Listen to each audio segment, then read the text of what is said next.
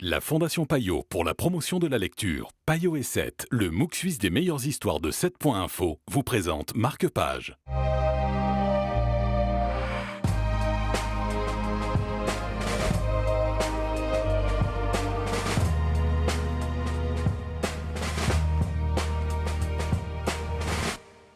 Bonjour à tous et bienvenue dans Marque-Page. Le livre du jour aujourd'hui, c'est Le fascisme, reconnaître le fascisme, livre d'Umberto Eco qui nous est présenté par Florent Gaillard de Payot Libraire. Bonjour Florent.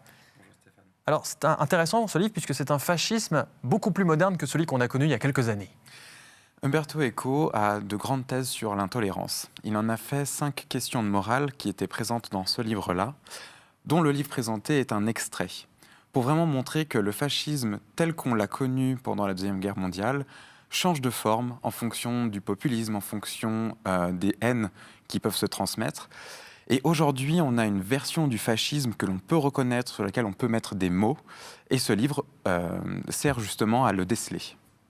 Et du coup, on revient aussi sur quelques souvenirs de la jeunesse de l'auteur. Et il y a 14, je crois, archéotypes qui décrivent le fascisme. Exactement. Il montre à la fois ce que lui a connu quand il était tout petit, comment est-ce qu'il a grandi avec cette image-là, comment est-ce qu'il a été embrigadé, puis comment il s'est rendu compte qu'il y avait d'autres formes de pensée qui n'étaient pas exclusives, qui n'étaient pas intolérantes. Et aujourd'hui, il liste justement ces 14 points sur lesquels on peut reconnaître le fascisme, peu importe sous quel visage, dans quel pays se trouve.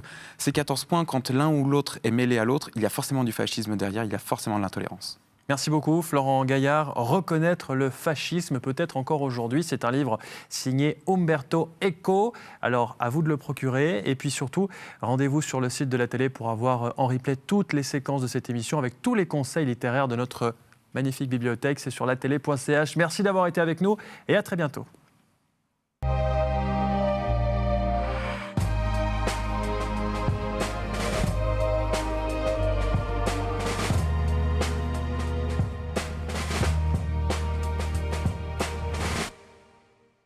La Fondation Payot pour la promotion de la lecture, Payot et 7, le MOOC suisse des meilleures histoires de 7.info, vous ont présenté Marque-Page.